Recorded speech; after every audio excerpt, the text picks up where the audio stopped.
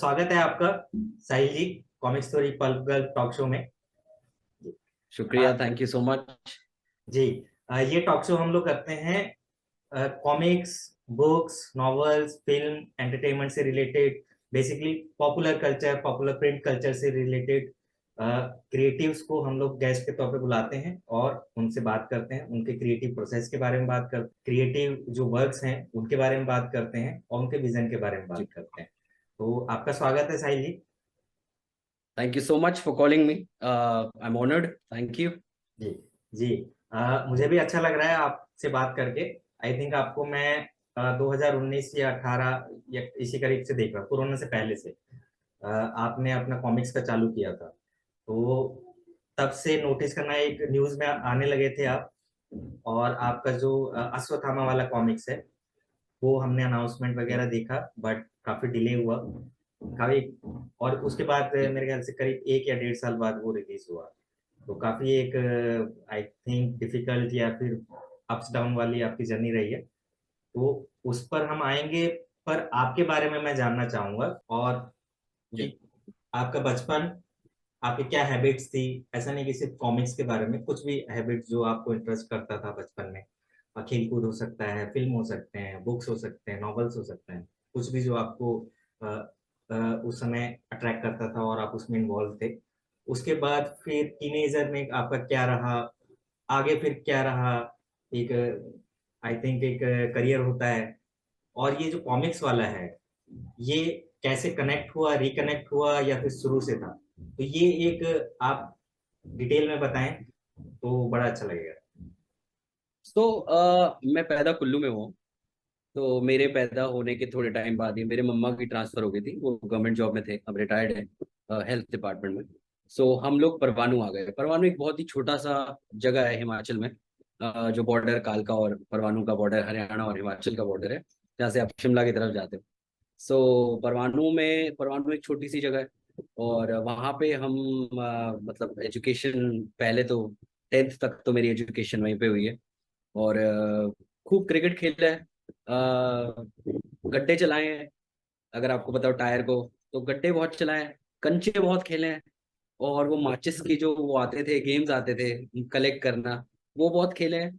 उसके अलावा हमने छुपन छुपाई, मतलब स्पोर्ट्स तो मतलब ऐसा था कि कोई भी स्पोर्ट्स आ जाए हमने वो खेला है, लेकिन क्रिकेट बहुत ही डेडिकेटेडली खेलते थे। यही होता था कि आपको 6 बजे तक का टाइम मिलता है वहां पे। सर्दियां जब होती हैं तो 6 बजे सूरज ढल जाता है, अदरवाइज मम्मी डंडा लेके या पापा कोई ना कोई डंडा लेके ग्राउंड पे पहुंच जाते हैं और सबके सामने सुताई होती है। तो ये बहुत स्ट्रिक्ट एक एनवायरनमेंट में रहे, विच इज आई, अब मैं बड़ा हो गया तो समझता हूँ कि वो स्ट्रिक्ट क्यों थे, और वो सब वैल्यूज जो हैं वो कैसे हमें आगे भी हेल्प करती आई। तो यही एनवायरनमेंट रहा है। हमने बहुत क्रिकेट खेला है, बहुत सारा मैंने स्टेट लेवल पे भी क्रिकेट खेला है, और हिमाचल को रिप्रेजेंट किया है। तो ऐसे ही पूरा वो था। फिर मेरे को क्रिकेट खेलने के लिए, आगे बढ़ने के लिए, मैं डीएवी सेक्रेटरीट चंडीगढ़ में गया, जो कि अपना कपिल देव, युवराज भाई, इन सब का स्कूल है। तो वहाँ पे बहुत प्रैक्टिस किया, लेकिन वो बॉयज स्कूल था। तो जनरली वहाँ पे हरकतें थोड़ी डिफरेंट थी लोगों की, और बंकिंग और ये सब ज्यादा ट्रेंड में था। खुद की एप्लीकेशन लिखना, खुद के साइन करना, चौकीदार को पटाखे रखना, एग्जाम्स में कैसे पास होना, तो ये सब अलग ट्रेंड था बिल्कुल ही। तो उस टाइम मैं एक जॉब भी करता था साथ में। आई थिंक आई वाज अराउंड 17 और 18। तो मैंने HSBC क्रेडिट कार्ड का एक जॉब लिया था। 50 रुपए घर से मिलते थे, 20 रुपए किराया आना, 20 रुपए जाना सरकारी बस में। और उसी सरकारी बस में कभी कभी कॉमिक्स भी पढ़ता था, जैसे कि टिंटिन, चाचा चौधरी। ये मेरे को बहुत अच्छी, Tintin is one of my favourite, मेरे को बहुत अच्छी लगती थी। और इसी के दौरान हम क्या करते थे, हेलमेट लेके जाते थे साथ में। तो क्या होता था कि आप हेलमेट लेके जाओगे, चंडीगढ़ में डबल हेलमेट होता है, तो आपको लिफ्ट मिल जाती थी। तो वो 10 रुपए जब बच जाते थे, तो आप उस 10 रुपए से सेक्टर 17 में छोले चावल, राजमा चावल, बहुत अच्छी एक मील मिलती थी। नहीं तो पंजाब कैंटीन में जाओगे, 2 रुपए का समोसा, ओहो मतलब। तो वो 10 रुपए की जद्दोजहद जो थी, वो लाइफ सिखा, मतलब उसने लाइफ सिखाई। तो हेलमेट लेके जाना, लिफ्ट लेनी। ऐसे ही आगे जर्नी बढ़ी, और धीरे धीरे मैं क्रिकेट से थोड़ा सा, आपको पता है कि it's a game of, dedicated तो फुल था, but it is, you need a lot of approach, you need और We are from a middle class family, and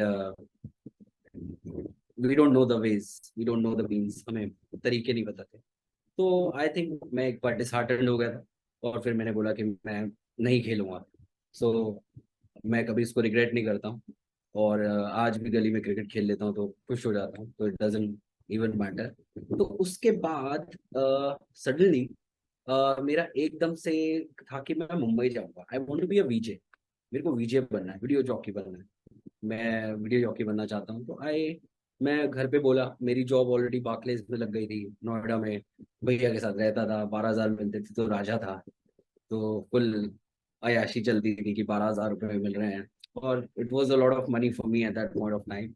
सो फिर उस पे फिर भैया भी is like my father only, तो उन्होंने भी कुछ रिस्पॉन्सिबिलिटीज दी, तो समझ आया कि रिस्पॉन्सिबिलिटीज क्या होती हैं। और फिर मेरे को लगा कि नहीं, मैं जाऊंगा जॉब वॉब छोड़ के, मेरे को ये चार दीवारों में पॉपुलर नहीं होना है, मेरे को बेस्ट एम्प्लॉय नहीं बनना है, मैं ये सब नहीं करना चाहता, I want to do something more. मैं मुंबई में आया, मेरे को घर पे बहुत डांट पड़ी। हमारे घर पे सिक्योरिटी जॉब एक बहुत बड़ी सिक्योरिटी होती है, और अगर आप उसको ऐसे छोड़ के चले जाओ जहाँ पे आप on the verge of promotion हो, तो बहुत ही पंगे हो जाते हैं।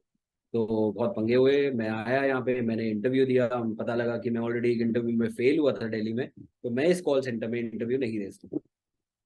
तो 30 दिन जो मैंने सुना है अपने घर वालों से, वो मतलब बेइंतहा सुना है कि कुछ नहीं होने वाला जिंदगी में, ये है वो है वो है। फिर मेरे को कॉल आता है एक दिन, और मेरा टेलीफोनिक इंटरव्यू लिया जाता है, और मैं पास हो जाता हूँ। तो उसके बाद तो मैंने बैक बैक बैक किया, किसी को नहीं देखा, और मैं मुंबई आ गया।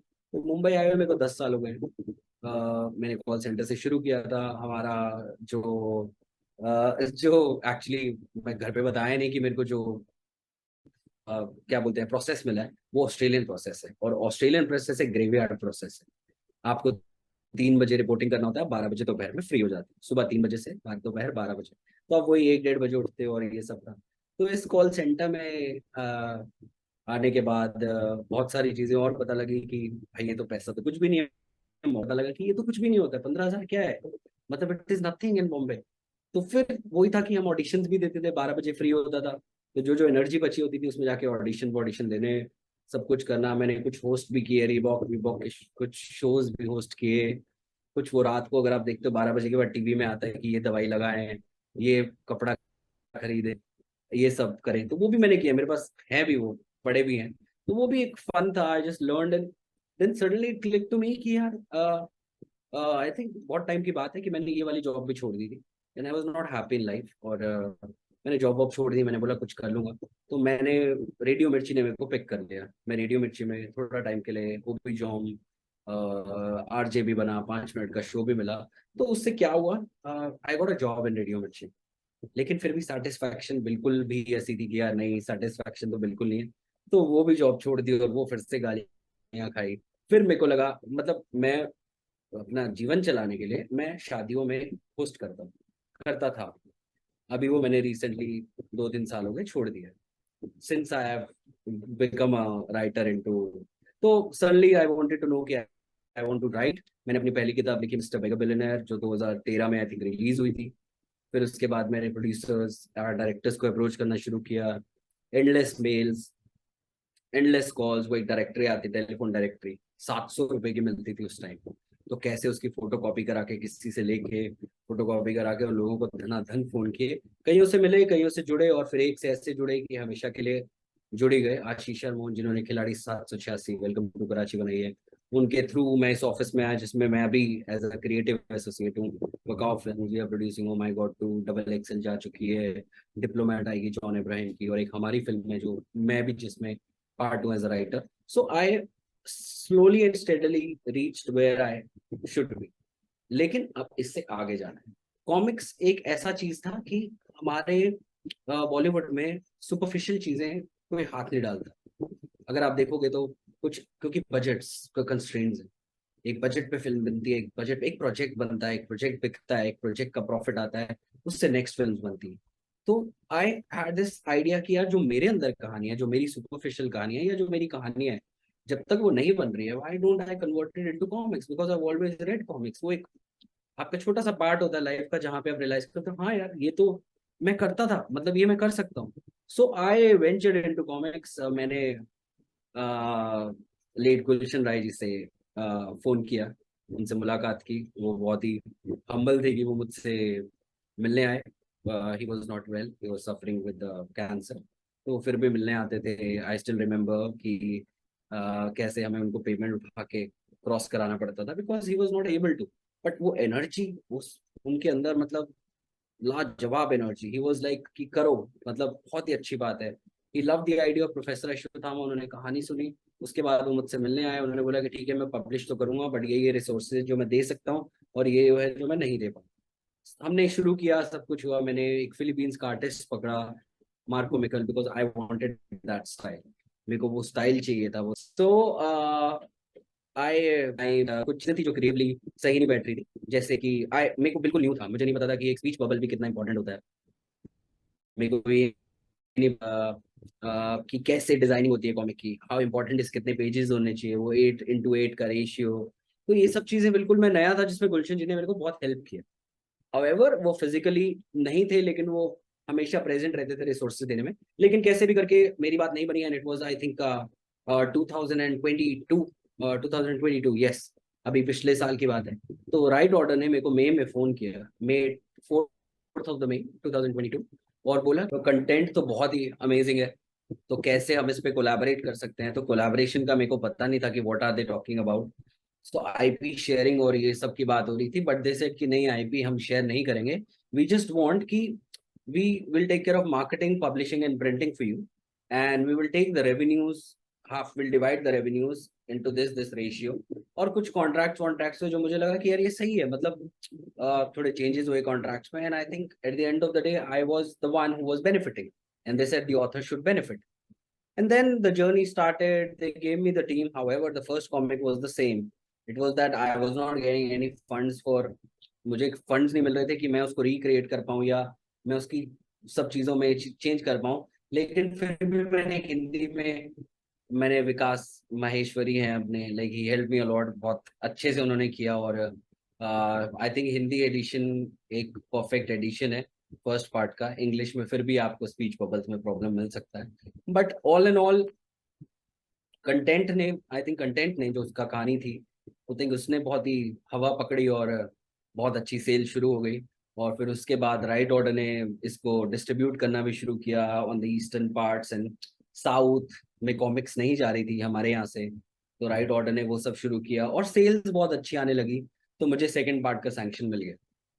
तो सेकंड पार्ट का जब सैंक्शन मिला तो थिंग्स स्टार्टेड रोलिंग। मैं अभी भी बहुत सारी चीजें सीख रहा हूँ, और बहुत सारी चीजें हैं वेर मैं चाहता हूँ कि मैं एक परफेक्ट कॉमिक कैसे निकाल पाऊँ। हमारी कहानियों में दम है, हमें आर्ट वर्क में थोड़ा सा ध्यान देना है, ठीक है, थोड़ा सा। बाकी एडिटिंग इज, जो मुझे लगता है कि हमें बहुत ज्यादा ध्यान देना है। इसलिए पार्ट 2 के लिए हमने 2 एडिटर्स रखे हैं, एक एग्जीक्यूटिव और एक चीफ एडिटर है। सो 2 लोग एडिट करेंगे, और पर्सनली मैं खुद प्रूफ रीड करूंगा इस बार। तो हम पहुंच रहे हैं उस जगह, लेकिन हमारी डिस्ट्रीब्यूशन अब क्रॉसवर्ड से लेके Kitab Khana, these are like old vintage stores. Kitab Khana is a very good store in Mumbai. तो हम डिस्ट्रीब्यूट कर रहे हैं कॉमिक, बिकॉज फर्स्ट पार्ट अभी भी जा रहा है अच्छा। सेकंड पार्ट भी लोग उठा रहे हैं टू रीड की फर्स्ट पार्ट के बाद सेकंड में हुआ क्या है। तो ये हाइप है जो हम आगे के प्रोडक्ट्स के लिए भी क्रिएट कर रहे हैं, और ये मेहनत कहीं ना कहीं तो आपको मिल ही जाती है। तो आई थिंक कि तो we just working towards it. आगे तरंग आने वाला है। तरंग के ऑलरेडी जो राइट्स हैं वो अश्विन वर्दे करके जो प्रोड्यूसर है, कबीर सिंह, बॉस, और आपका ओ माय गॉड 2, और भी हमारी जो फिल्म्स चल रही हैं, तो he has taken the rights for that. तो वो भी अभी अनाउंस करेंगे कि जब भी बुक लॉन्च होगी, जब भी कॉमिक लॉन्च होगी, 56 पेजेस की कॉमिक है, तो जब भी लॉन्च होगी तो वो भी एक अनाउंसमेंट करेंगे। वो क्या है वो भी बता सकते हैं। तो उसके अलावा we are ventured into animation, क्योंकि वो एक मॉडर्न पार्ट है, थोड़ा एक्सपेंसिव है, तो थोड़ा उसमें टाइम लगेगा एक अच्छा एनिमेशन करने में। नहीं तो वैसे ऐसे वैसे एनिमेशन करने हैं तो बहुत यूट्यूबर्स मिल जाएंगे और बोलेंगे कि अरे हम कर देते हैं, 10,000 रुपये दो, 20,000 रुपये दो, 40,000 रुपये दो, 50,000 रुपये दो, हम आपको बना के दे देते हैं। बट वो अगर आप कुछ, मतलब ये एक विजुअल एक ऐसा पार्ट है जो हमेशा से मैं, जिसमें थोड़ा सा एक्सपीरियंस रखता हूँ। मतलब कॉमिक्स में अगर नहीं रखता हूँ, लेकिन विजुअल्स में मेरे को पता है कि एक थोड़ा सा एक्सपीरियंस है, जो कि मैं कैसा देखना चाहता हूँ। कॉमिक्स का मेरे को एक्सपीरियंस नहीं था, मैं जीरो से, आपने मेरा नाम भी नहीं सुना होगा आई थिंक अब 2022 से पहले, चीजबर्गर कॉमिक्स कौन है, साहिल कौन है, so we just jumped into this inclusion. लेकिन अगर आप फिल्म इंडस्ट्री में बोलोगे तो देयर इज अ बॉय, एक लड़का है साहिल जो लिखता भी है, और so I want to visualise in my way, it is a lot of budget, बहुत ज्यादा बजट है, around I I just ballpark figure फेंक रहा हूँ, मतलब 6 से 7 लाख 1 मिनट के लग जाते हैं, तो वैसा एनिमेशन करने में, तो we just working on it, and अब वो भी आप जल्दी देखोगे, but that is where I want to venture. Comics तो चलती ही रहेंगी, जी जी। So uh, this is it. जी जी, बहुत अगर कहें स्टार्टिंग का मुझे बड़ा अच्छा लगा, और आपकी जर्नी तो नो डाउट बहुत अच्छी है, और आगे फ्यूचर भी काफी ब्राइट दिख रहा है। स्टार्टिंग का मैं पूछना चाहूंगा, हम वापस जाते हैं बचपन में। आप बता रहे थे गेम्स खेलते थे, और आई थिंक बचपन में कॉमिक्स का उतना आपका कनेक्शन या रीडिंग का नहीं था, है ना? क्योंकि बचपन में आपने मेंशन नहीं किया, बाद में आई थिंक स्कूलिंग वगैरह तब किया आपने, है ना? और जनरली हमारे स्कूल में टेंथ लाइब्रेरी का ट्वेल्थ, एक है ना? डे होता हाँ, टेंथ ट्वेल्थ से है, मतलब पहले आपने शायद कॉमिक्स नहीं पढ़ा ना? नहीं, मैंने पढ़ी है, मैंने राइट। टिंकल पढ़ी है, क्योंकि हमारे यहाँ पे लाइब्रेरी का एक हमेशा एक स्कूल में लाइब्रेरी एक पीरियड होता था जहाँ पे आप जाते थे, तो मैंने वहीं पे ही टिंटिन शुरू की है, मैंने वहीं पे ही टिंकल शुरू की है।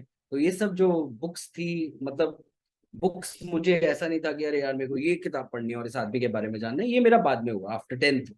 बट कॉमिक्स मतलब इट वाज दैट कि आपको जो अट्रैक्ट करता है सीधा देखते ही, और आपको पढ़ना होता है, and it was first fun like Snowy coming up, Johnson and just Thomson and Thomson, like those two characters, it was just fun.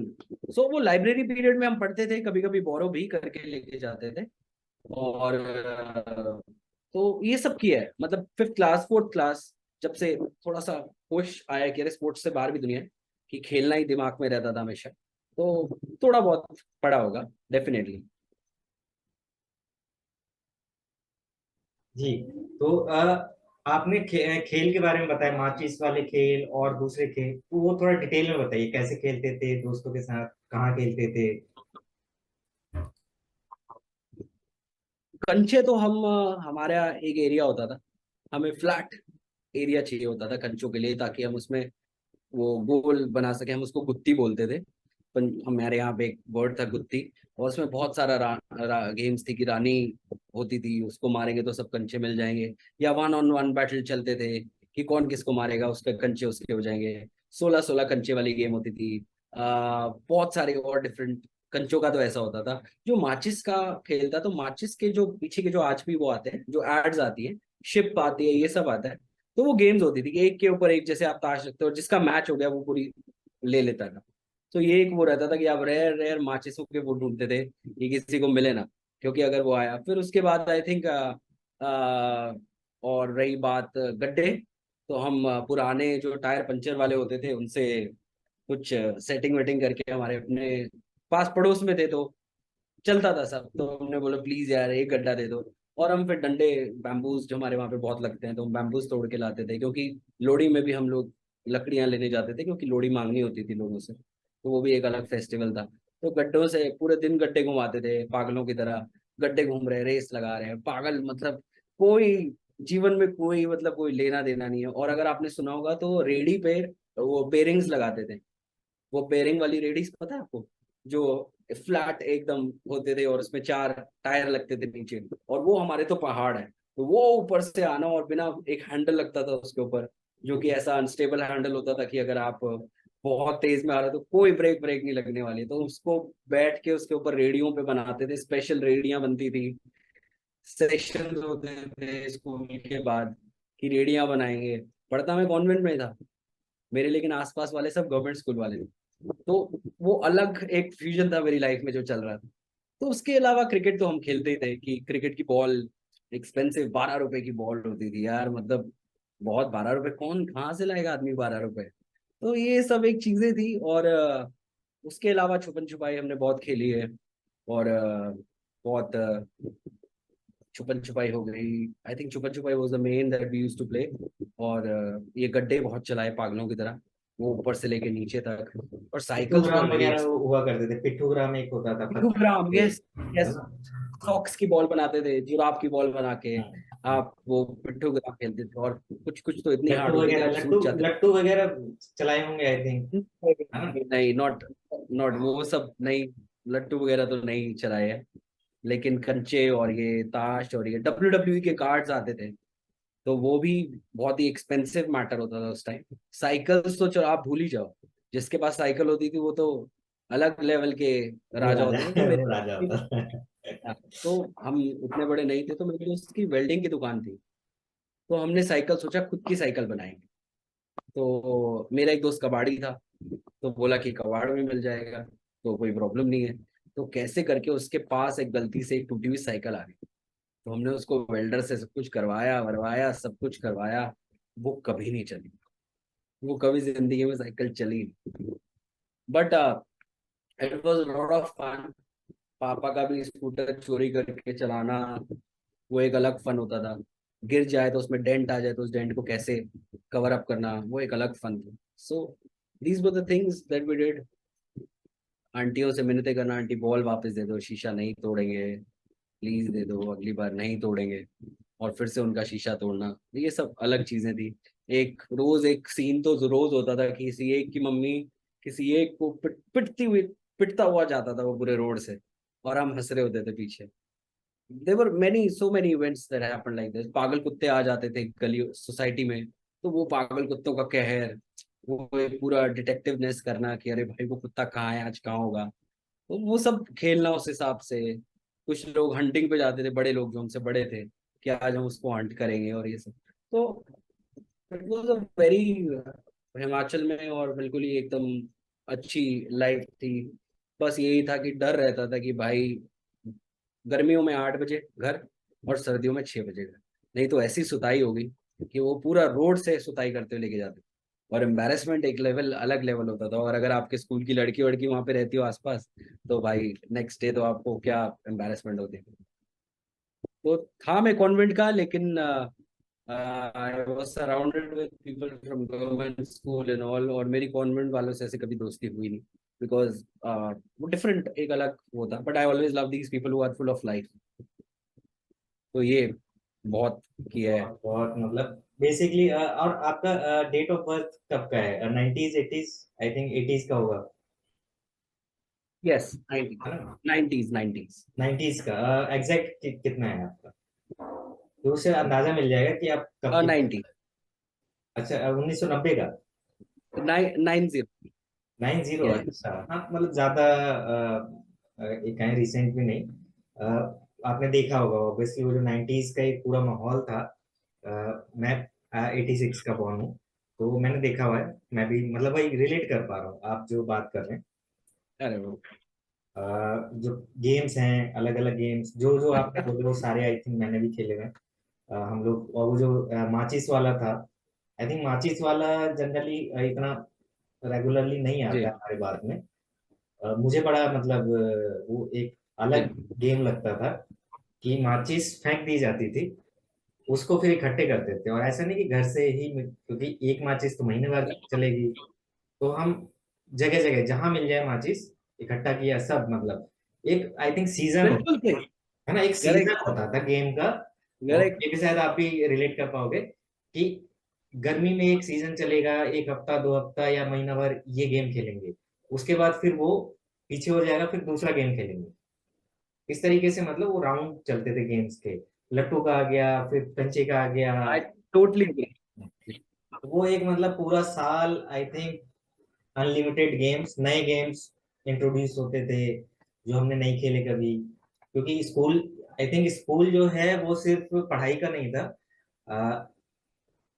वहां पे हमें नए नए गेम्स सीखने को मिलते थे, वो गेम्स जो कि हम अपने इलाके में नहीं खेलते थे, दूसरे बच्चे खेलते थे अपने इलाके में, वो बताते थे, फिर हम खेलते थे, स्कूल में भी खेलते थे, ऐसा नहीं कि पढ़ाई के लिए जाते थे। तो काफी interesting I think but 90s का। अभी का पता नहीं कैसा। हमारा, या थिंग्स हैव चेंज। हमारे स्कूल में सिर्फ पढ़ाई होती थी, जो स्पोर्ट्स का पीरियड होता था उसमें दबा के खेलो, लाइब्रेरी का जो मर्जी करो। लेकिन स्कूल में जनरली ऐसा नहीं होता था कि हम ये सब डिस्कस कर दें।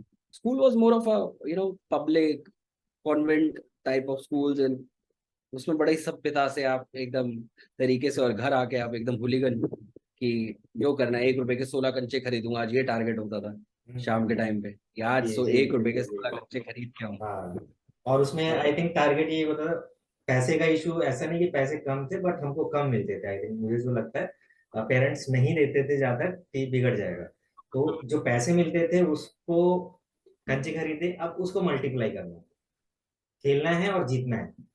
मतलब 1 रुपए के कंचे आपने खरीदे और 1000 कंचे आपने जीत लिए, सर, वो एक अलग अलग।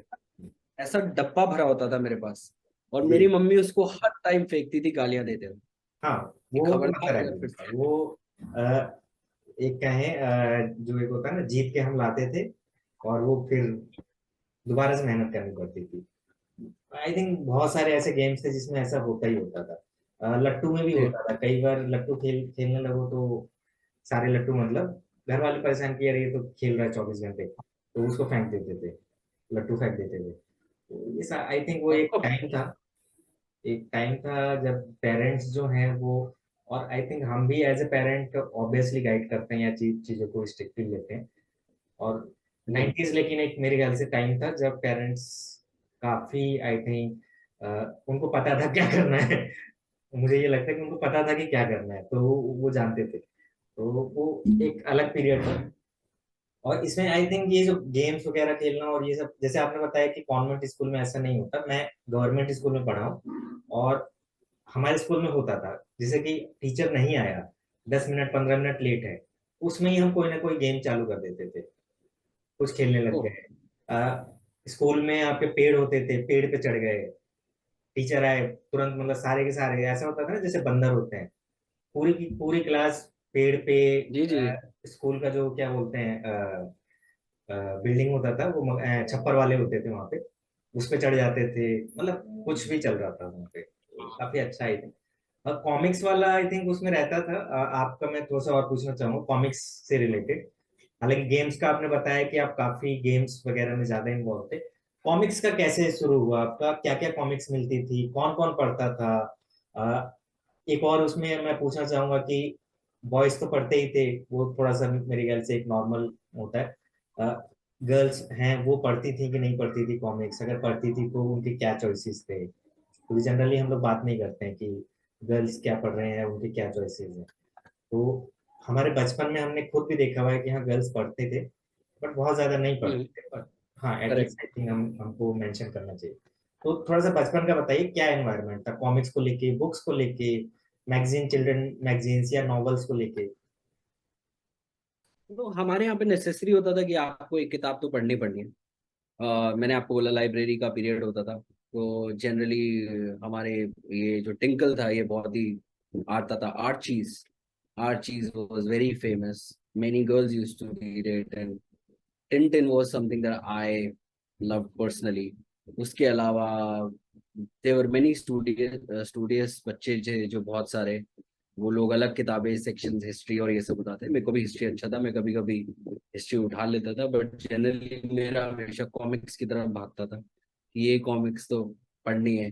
मैंने कभी अमर चित्रकथा हमारे स्कूल में नहीं देखी थी। हम हिमाचल के हैं तो शायद ये भी एक वो हो सकता है रेफरेंस की, उस टाइम नहीं होगी, अब डेफिनेटली हो सकती है लाइब्रेरीज में। बट ये एसेंशियल होता था कि आपको किताब सेक्शन सैंक्शन की जाती थी, और आपको वो किताब पढ़नी है, और बाद में लाइब्रेरियन अगर गलती से सवाल पूछ ले तो उसका आपको जवाब भी देना ही है। तो ऐसा बहुत रेयरली होता था, लेकिन जब आप सोचते नहीं थे कि लाइब्रेरियन पूछेगा तो वो पूछ लेता था, तो इसलिए मैं वो उठाता था जो मुझे याद रहे। तो इसलिए मैं हमेशा टिंटिन और I think I always use to pick up Tinkle, तो मैं ये सब उठाता था और ये सब पढ़ता था। मैंने लड़कियों को जनरली पढ़ते देखा तो आर्चीज मैंने पढ़ते देखा है। मैंने हमारे टाइम में काफी पढ़ते थे Archies, that was a very very like it was, I don't know, it was there a school thing to read Archies. पर मुझे कभी I never got fond of it. पर बड़ा कूल सा कल्चर, और वो जैसे आज महंगा कूल कल्चर है, पढ़ते बहुत कम है लेकिन कलेक्ट सब कर रहे हैं, तो वो एक कूल कल्चर था, एंड आई थिंक वो फॉलो होता था। जब कैंटीन में जाते थे तो वही उस टाइम आई थिंक 6 रुपए की कोक, छोटा कोक मिलता था, और 4 रुपए का हमारा एक बड़ा प्यारा हॉट डॉग होता था, 10 रुपए रोज के। बहुत ही मुश्किल काम था भैया। और स्कूल की पढ़ाई और ये सब घर वाले नहीं होता था, तो बस जनरली कि हम कोक जरूर पीते थे कि चलो एक कूल कल्चर है। Coke was a cool culture. However बाद में समझ आया कि भाई अब मैं नहीं पीता हूँ, काफी सालों से नहीं पीता हूँ, बिकॉज आई अंडरस्टैंड कि क्या प्रॉब्लम है क्या नहीं। और घर वाले बोलते रहते थे, घर वाले बोलते रहते थे ये पी लो, ये निकल रहा है, ये जब तुम्हारे तुम्हारे सामने निकल रहा है एक फ्रूट में से, तो इसको क्यों नहीं पी रहे, क्या है वो। और हम टिपिकल मिडिल क्लास फैमिली के लोग हैं, जिसमें आपको समझ लो कि एक मैगी आती है ना, 8 पैकेट वाली मैगी, तो एक सेलिब्रेशन होता है, वो पूरे महीने चलती थी। वो एक लग्जरी था। एक कोक की बोतल अगर आ गई घर पे 1.5 लीटर की, तो वो एक लग्जरी था। It was so luxurious. हम किसी के घर जाते थे तो हमें सिखाया जाता था कि बेटा सारे बिस्किट खत्म नहीं करने हैं, प्लेट में एक दो छोड़े रहना। तो ये एक बहुत ही चीज होती थी। और अगर हमारे घर कोई आया है तो कोई किसी को पहले ऑफर करना, खुद मत खाने लग जाना। तो जैसी वो गेस्ट निकलते थे हम धड़ाधड़ उसको शुरू करते थे, क्योंकि अरे बिस्किट निकले घर पे, अरे कोक निकली है घर पे, समझ रहे आप। वो Maggi was something very occasional, where mummy बोलती थी चलो आज तुम्हें स्कूल में मैगी दूंगी। मैंने बोला वाह। और लेकिन जब स्कूल में आप मैगी खोलते थे तो ऐसे पूरे डब्बे का शेप ले लेती थी और पूरा एकदम ऐसे हो जाती थी, और माइक्रोवेव वगैरह होते नहीं थे, तो वो गरम गरम मैगी खाना और ये सब एक अलग था। बट हमारा जो स्टेपल फूड था, because my mom was working, was त्रिकोण वाले पराठे अजवाइन वाले, और उसके साथ आपको मिलता था अचार। और आप ये ऑफिस स्कूल जाते थे और शेयर करते थे, और ये मेरे को पता नहीं कितनी बार मैं लेके गया हूँ मेरे स्कूल में, और आज तक वो मेरे फेवरेट है। बिल्कुल। तो जो लंच की दीज आपने वर बात फ्यू। कही वो काफी, मैं भी, मुझे भी याद आता है, हम भी ले जाते थे कभी कभी। तो वो अ, पराठे हो गए या चाहे रोटी, आई थिंक टेस्ट का पता नहीं, टेस्ट ऑब्वियसली वो एकदम याद नहीं, बट वो जो फोल्ड करके रखते थे रोटी को, रोटी हो गया उसको फोल्ड करके ऐसे ट्रायंगल बन जाता था, और लंच बॉक्स में वो जो एक चीज है अभी भी क्लिक करती है, वो एक अलग अलग सा फील देती है। जी जी। तो सो हमारे मॉम डैड हमेशा से वर्किंग ही थे, उन्होंने ये समझाया बेटा घर आओगे खाना गर्म करके खाना, ठीक है। ये था कि गर्म करके खा लेना, बना वही है जो सुबह बना है, आपको सिर्फ आके खाना। तो वहीं से ही मेरे को कुकिंग का भी शौक लगा, कि मैं बोल रहा यार मैं बोर हो गया, मैं क्या करूं। मैं तो जो भी फ्रिज में जो भी सब्जियां थी मैंने सबका एक बना दिया तरी वाला मिक्स्ड वेज।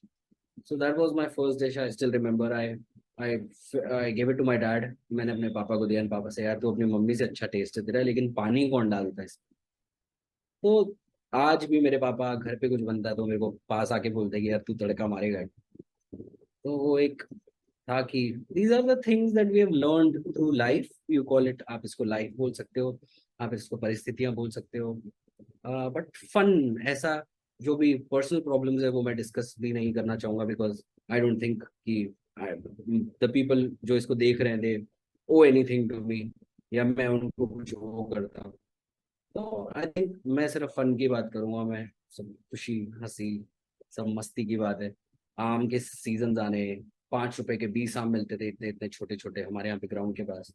तो क्या चोरी होती थी, मतलब किसी को एक को डिस्ट्रैक्ट करना है और किसी को चोरी करना है, एक कुत्ता है उस कुत्ते को कैसे डिस्ट्रैक्ट करना है। तो वो जो प्लानिंग प्लॉटिंग थी उसमें जो पूरा दिन निकलता था ना, शाम को आके आप एकदम घर पे आके सोते थे। और घर में हमारे यहाँ पे अब तो बहुत लेट उठता हूँ, लेकिन पहले हिमाचल में जल्दी सो जाते हो आप। आज भी मैं जाता हूँ तो कुछ करने को ही नहीं है, सब दुकानें बंद हो जाती है 9 बजे, कुछ है ही नहीं करने को, तो आप सो जाते हो। So that was very different, very beautiful life. And I try to live more like that. आज भी मैं वही कोशिश करता हूँ कि मैं वैसे ही जीऊँ, बिकॉज मेरे आगे के जो माई किड्स और anyone who is there, I want them to live the same simple life. मतलब वो भूलना नहीं चाहिए आप कहाँ से आए हो, वो आपके रूट्स बहुत इंपॉर्टेंट रहे। बिल्कुल। तो आई बस। थिंक जो 90s की आपने बात की कि खाना बनाना सीखा, और ये almost I think middle class में, हायर सोसाइटीज जो है उनका उनका पता नहीं, बट मिडिल क्लास और लोअर क्लास में जो भी, मैं भी बिलोंग करता हूँ सेम मिडिल क्लास, तो खाना बनाना जो है वो एक लाइफ स्किल की तरह देखा जाता था वहां पे, और मेल फीमेल का असर नहीं होता था कि आप फीमेल हो तो मतलब आप ही बनाओगे खाना। हम लोग भी सीख गए, मतलब खाना बनाना बचपन से ही, और मतलब आता है। ऐसा नहीं कि हमें जबरदस्ती, हाँ ये बोला गया कि सीख लो काम आएगा, और जो कि आता है, आई थिंक काम आता है एनी टाइम आप कहीं। मे, मतलब मेरी मेरी वाइफ बहुत हैप्पी है कि मैं खाना बना सकता हूँ, और मैं दिल से बनाता हूँ। मैं उसको एक ही चीज बोलता हूँ, 5 मिनट में खाना बनता है। तुम लोग पता नहीं कितना टाइम लगाते हो, 5 मिनट में खाना बनता हमारा भी 10 में ही है। लेकिन हम वो जो फ्लो में बनाते हैं, जिस मस्ती से बनाते हैं, आई थिंक सिर्फ आई थिंक दिल से आप जो भी करते हो तो वो अच्छा ही होता बिल्कुल बिल्कुल, क्योंकि खाना बनाना वो एक, आई थिंक अगर मैं अपने बोलूँ कि हमारे लिए वो एक रेगुलर टास्क है, वो नहीं है कि रोजमर्रा का। वो एक थोड़ा सा कि हाँ इंटरेस्ट लेके बनाते हैं, तो ये सब चीजें हैं जो कि आई थिंक 90s के जो लोग हैं वो सीखे हैं, कनेक्ट करते हैं। कॉमिक्स का आपका है। टीनेज और बाद में कुछ कनेक्शन रहा, या फिर कि ये अभी जाके रिसेंटली जाके आपका कॉमिक्स का कनेक्ट हुआ? नहीं, मैं अगर आप मेरा कलेक्शन देखोगे तो मेरे पास थोड़ी बहुत कॉमिक्स हैं, अब थोड़ी ज्यादा है। लेकिन कनेक्शन सिर्फ मेरा टिंटिन से बहुत रहा है। मतलब it was like too much connection, like I was meant to read Tintin, ऐसा है। सो टिंटिन से तो मेरा हमेशा से कनेक्शन रहा है। बाकी अगर आप बोलोगे तो बैटमैन एनिमेटेड सीरीज से मेरा कनेक्शन रहा है, सुपरमैन फिल्म से मेरा कनेक्शन रहा है, और अब तो मार्वल के जितने भी कैरेक्टर्स हैं, after the film I have started to explore them. मैं उनकी कॉमिक्स पहले ही पढ़ लेता हूँ ताकि मेरे को पता हो कि फिल्म में कैसे दिखाने वाले हैं। So I understand that visualisation that has been done by the director and by the whole team. So अब वो वैसा हो गया, बट अदरवाइज टिंटिन हमेशा से मेरा एक कनेक्शन रहा है टिंटिन के साथ। जी जी। टिंटिन, आई थिंक टिंटिन हो गया, टिंकल हो गया, ये काफी वाइड स्प्रेड था। और अगर मैं ऐसा बोलूं, शायद गलत नहीं होगा, जहां और कोई कॉमिक्स नहीं मिल रही वहां तीन चार जो कॉमिक्स हैं वो यूजुअली मिल जाती थी। टिंटिन हो गए, टिंकल हो गया। टिंकल जो कि आई थिंक मैगजीन है। चाचा चौधरी। हाँ, चाचा चौधरी, डायमंड का चाचा काफी अच्छा सर्कुलेशन था जी। डायमंड का नो डाउट बहुत अच्छा सर्कुलेशन था। मैंने ऐसे लोगों से भी चाचा चौधरी या डायमंड कॉमिक्स पढ़ते हुए सुना है, मतलब कि उन्होंने पढ़ा है बचपन में, जिन्होंने इंडिया की और कोई कॉमिक्स नहीं पढ़ी या फॉरेन की। वो आई एग्री, ये तो वही है। डायमंड का और मतलब distribution I think no doubt बहुत अच्छा था। if I remember, Nagraj from Raj Comics has always been my favorite because I've liked seeing him. I've never read it until recently. फिर मेरी संजय जी से बात हुई इसके बाद, तो अभी वो मैंने रिसेंटली पढ़ा। बट चाचा चौधरी ये सब आते थे हमारे घर पे, पिंकी बिल्लू ये सब घूमते थे, दिखते थे। और आई थिंक डायमंड के जो कैरेक्टर्स हैं उनका खास बात क्या था, अगर हम बैक में जाएं 90s या उस दौरान के टाइम में, हर कोई पढ़ता था वो। ऐसा नहीं कि बच्चे पढ़ते थे, बड़े भी पढ़ लेते थे। बिल्कुल सही। वो मतलब कोई भी उठा के पढ़ लेता था। और कुछ ऐसे कॉमिक्स के कैरेक्टर थे जो बच्चों के अलावा आई थिंक बड़े पढ़ते ही पढ़ते थे। उसमें एक हवलदार बहादुर करके था, वो मैंने देखा है बड़े लोगों को पढ़ते हुए। ओह। वो कॉमेडी वाला कैरेक्टर है। बड़े लोगों को मैंने बहुत देखा है, मतलब हम तो उस समय बच्चे थे, तो हमसे बड़े बड़े उम्र के जो लड़के बोले या चाहे लोग, वो लोग ले जाते थे, पढ़ते थे। कुछ कैरेक्टर्स आई थिंक काफी वाइड थे, वाइड स्प्रेड थे। कॉमिक्स में जैसे कि आपका जो कनेक्शन है रहा है, आप कॉमिक्स स्टार्ट करने का कैसे मतलब स्टार्ट हुआ, एक थोड़ा डिटेल में बताइए कि अ, कब क्लिक किया, कौन से ईयर में क्लिक किया, और क्या पर्पस था। मतलब होता है ना, और कई चीजें दिमाग में होती हैं कि ये करेंगे फ्यूचर में, ऐसा करेंगे, तो वो सारा डिटेल में बताइए कि कैसे मतलब। सो कॉमिक्स को स्टार्ट करने का प्लान तो यही था कि मैं इसको एनिमेशन में बनाऊं या मैं इनकी लाइव फिल्म्स बनाऊं। लेकिन उससे पहले मेरे को एक पेपर पे चाहिए which I can show it to the producer, I can show it to the actor so they can read it and they can love it and then they say ठीक है भाई मैं ये कर रहा हूँ। So I didn't want it because I know the process that happens over here in Mumbai, how you can you know a bound script holds a lot of ज्यादा तवज्जो पे एक बाउंड स्क्रिप्ट की जैसे बोलते हैं। तो आई थॉट कि यार नहीं मैं ये करूंगा, तो मेरे को सबसे पहले जो क्लिक हुआ वो था चाचा चौक। तो मैंने इसीलिए डायमंड कॉमिक्स को अप्रोच किया। काफी 2018 में मैंने कहानी लिखी थी अश्वत्थामा की, और भी कहानियां थी, बट मैंने बोला कि नहीं, मैं अश्वत्थामा करूंगा, it is more superficial, it looks आई, मैं इसको थोड़ा सा रियल कर सकता हूँ। और मैंने गुलशन सर से बात की। पहले वो, आपको बताइए कि अटेम्प्ट करने पड़ते हैं। फिर उसके बाद मैंने उनको जब कहानी सुनाई और कहानी उन्होंने सुनी, उन्होंने बोला कि ठीक है, मैं मिल सकता हूँ। तो फिर मैं कैसे नोएडा में मिला, दिल्ली में मिला, 2-3 बार मेरी मुलाकात हुई उनसे, एंड आई जस्ट अंडरस्टूड कि मार्केट क्या है आजकल कॉमिक्स की। और वो कोविड के का टाइम के बाद का टाइम था, आई थिंक 2021 की बात है, और सब कुछ है जब मैं ये सब चीजें होनी शुरू हुई थी। तो उन्होंने मेरे को समझाया है कि कॉमिक्स कैसे गिर चुकी है, कोई कौन कॉमिक्स पढ़ रहा है, कोई नहीं पढ़ रहा है। सो ही वॉज नॉट रेडी कि हमें एक लीप ऑफ फेथ ले, बिकॉज ही नोज मार्केट। और वो बिल्कुल सही थे अपनी जगह कि यार नहीं हो रहा है, मतलब I have seen it now कि कैसे बिकती है तो 1000 बिकती है तो ऐसा हो जाता है, अरे बाबा ये तो बिकी भी हैं कि नहीं बिकी हैं, अरे ये क्या है क्या नहीं है, मतलब बहुत सारी चीजें शुरू हो जाती हैं। So I think the first man who came to my mind was Gulshan sir, कि मैं इनसे पूछता हूँ, and then you know how it all happened. जी। तो गुलशन जी से मुलाकात हुई तो क्या बातें हुई, थोड़ा और डिटेल में बताइए, क्या उन्होंने मतलब गाइड किया, क्या क्या बताया? मैंने उनको कहानी मैंने उनको कहानी सुनाई। मैंने उनको बताया कि मैं कैसे प्रोफेसर अश्वत्थामा को प्लान कर रहा हूँ, कितने पार्ट्स होंगे, क्या हो सकता है। और उन्होंने मुझे बताया कि साहिल, मैंने उनको बताया कि सर इतना पैसा लग रहा है इसका ही, तो ये तो बहुत ज़्यादा एक्सपेंसिव है, मैं तो अपनी सैलरी से दे रहा हूँ सब कुछ, ये सब तो है नहीं। तो बोला कि साहिल यही तो है कि मतलब इट इज़, आज सब डिजिटल हो गया है, सब कुछ वेंचर करने से पहले सब कुछ सोच लियो। एक जैसे आप सोचोगे कि एक अपने बेटे को या अपने रिलेशनशिप में आप किसी दोस्त को समझाया जाता है, तो वैसे उन्होंने मुझे निटी ग्रिटीज बताए कि क्या है अपनी इंडस्ट्री के निटी ग्रिटीज। और फिर मेरा डिसीजन था कि मैं जाऊं या नहीं जाऊं। फिर मैंने बोला मैं जाऊं, तो एक तो मैं एटलीस्ट निकालूंगा कि मेरे को पता तो लगे कि क्या है क्या नहीं है। फिर जब मैंने एक का डिस्ट्रीब्यूशन शुरू किया, मतलब जो मैंने रिव्यूज के लिए लोगों के लिए मैसेज किया, हमारी इंडस्ट्री बहुत हेल्पफुल है। अगर आप क्वेश्चन पूछोगे ना अच्छा सा, तो सब आंसर देंगे, लेकिन अगर आपको भसड़ भी करनी है ना तो सब आ जाएंगे। लेकिन हेल्पफुल के मामले में हमारी इंडस्ट्री सच में अच्छी है। मैंने बहुत सारे लोगों को देखा है कि I come and help, I come and help, this is the answer. अच्छा, इससे आंसर नहीं मिल रहा तो वो किसी को टैग कर देंगे, अरे आप इसका जवाब दीजिए।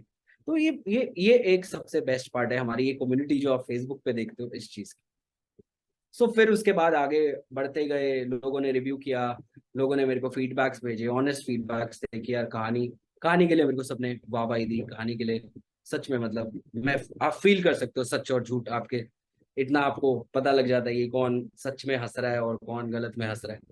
तो वो फील हो गया था कि यार नहीं, कहानी में दम है तो आई शुड कंटिन्यू, पर कैसे continue. And then I was just getting married and then the right order called me. और फिर उसके बाद अभी हमारी 10th को हमारी फर्स्ट एनिवर्सरी है इन सब स्ट्रगल्स की। तो we come a long way.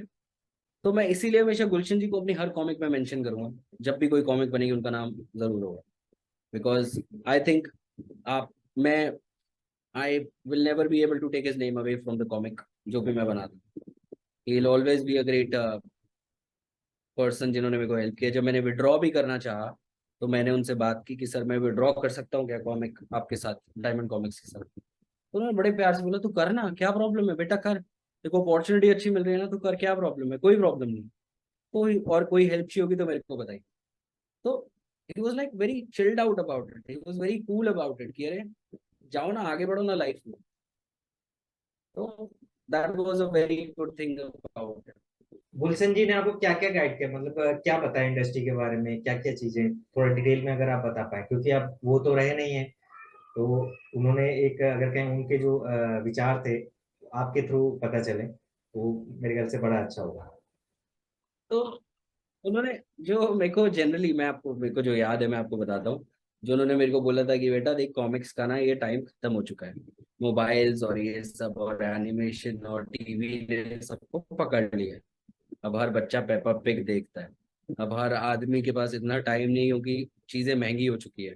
तो वो, अगर हम ऐसा एक प्रोडक्ट बना पाए जो कि उस क्या बोलते हैं, जो आपका पैराडाइम है उसको पूरा शिफ्ट कर दे, और तो चीजें बदल सकती हैं। उन्होंने एक बार भी ऐसा नहीं बोला कि मत करो, ये मत करो।